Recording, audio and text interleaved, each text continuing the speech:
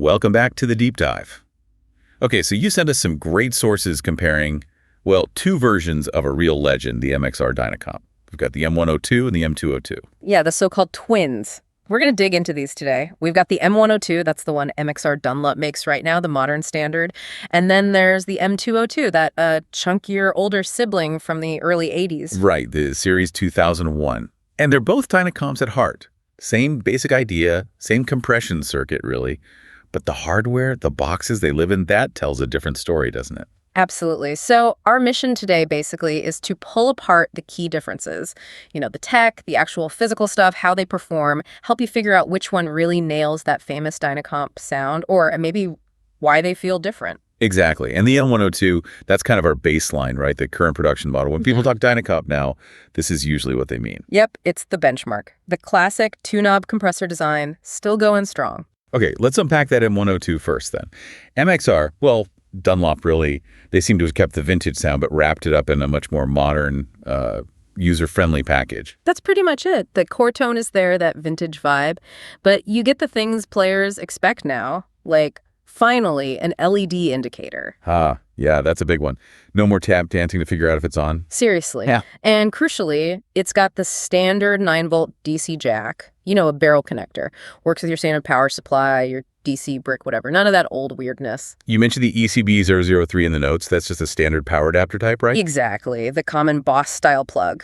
Super convenient. And maybe the biggest deal for tone purists, the M102, has hardwire bypass. Or true bypass. Can you quickly break down why that matters so much compared to older pedals? Sure. So true bypass or hardwire bypass basically means when the pedal's switched off, your guitar signal goes straight from the input jack to the output jack. Completely bypasses the circuit inside. So your original tone stays intact. Right. No signal loss, no change in impedance, no added noise from the pedal circuit when it's off. Older pedals, especially with electronic switching, sometimes they could still, color the sound a tiny bit even when bypassed. Okay, makes sense. Now the controls, still super simple, just the two knobs. Yeah, classic Dynacomp. You've got OUTPT, that's just your overall volume control, sets the level after the compression. Makeup gain, basically. Right, because compression can lower the volume. Exactly. And then you've got sensitivity, that's the magic knob. Turn it clockwise, you get more compression, more of that swish, and importantly, more sustain. Okay, so let's talk about that sound, that signature squeeze people mention.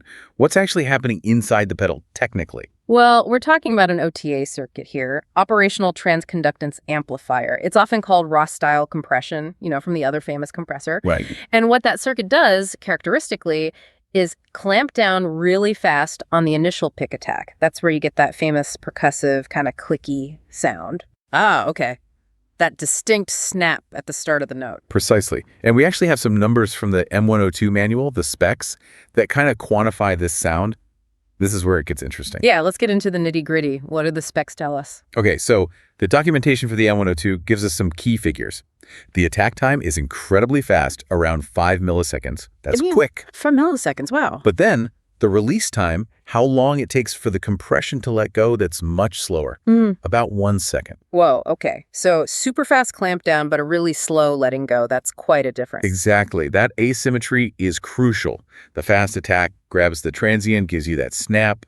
The slow release holds onto the note, smoothing things out and maximizing sustain. Yeah. It doesn't let go too quickly. Which explains why it's so popular for certain styles. Totally. That's why it's perfect for clean country chicken picking, tight funk rhythm stuff, or lead lines where you want everything really even and sustained. It's cool seeing the numbers connect directly to the sound like that. What else do the specs tell us? Impedance. Power. Right. So input impedance is about 1 megaohm. That's pretty standard for vintage-style pedals. Helps keep your guitar tone bright, doesn't load down the pickups. Output impedance is around 10K ohms. Pretty typical. Okay. And there were some dBV levels mentioned too. -5 in and -12 out. Yeah, that just shows the nominal signal levels. Basically, the pedal inherently drops the signal level by about 7 decibels when it's compressing. So that's why the OCT-PUT knob is essential. You need to boost it back up. Precisely. You need that makeup gain. And finally, the current draw is tiny, like 3.3 milliamps SIPS power. So these specs really define that classic Dynacomp behavior, the one the M102 delivers. Okay, that's a really clear picture of the modern M102. Now let's jump in the time machine back to, 82-ish? The M202 and the whole Series 2000 thing. What was MXR doing there? So Series 2000, that was roughly 82 to 84.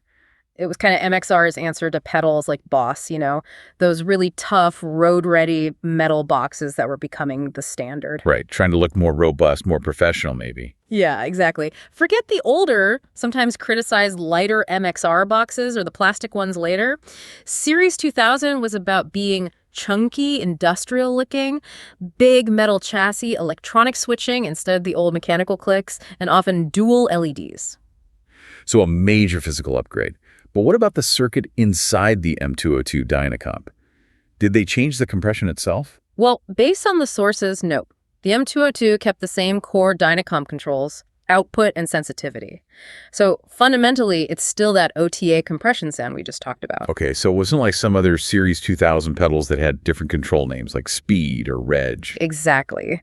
This one stayed true to the Dynacomp formula, just in that new heavy-duty box. The tone itself was meant to be the same Dynacomp sound. So if the sound is basically the same classic squeeze, the real difference lies in that physical package and how you interact with it. That's where the big contrasts are, yeah, and where the potential headaches for modern players come in. Okay, tell me about those. Obviously, the box is bigger, heavier. Collectors might like that. They do. It feels substantial. But the connectivity, that's pure early 80s. For power, you're looking at either a standard 9-volt battery inside or an external DC jack, but it's the old 3.5 millimeter, the 18-inch kind, like an old headphone jack almost. Oh, right. The mini jack power connector. Ugh. It's instantly a hassle on a modern pedal board, isn't it? Totally. Unless you have specific adapters or a power supply with that kind of output, which is rare now, it's just awkward. You can't just plug in your standard Boss-style connector. Yeah, that alone kind of pushes it towards the vintage enthusiast or collector category. What else defined that Series 2000 format? You mentioned dual outputs. Yeah, that was a key feature of the series. The M202 has 2 output jacks. The idea back then often was to offer maybe slightly different voicings or just 2 paths for more complex signal routing. Okay. Like sending the signal to 2 different amps or maybe one dry, one wet in some setup. Yeah, maybe splitting the signal for early stereo rigs or sending it to different effects chains.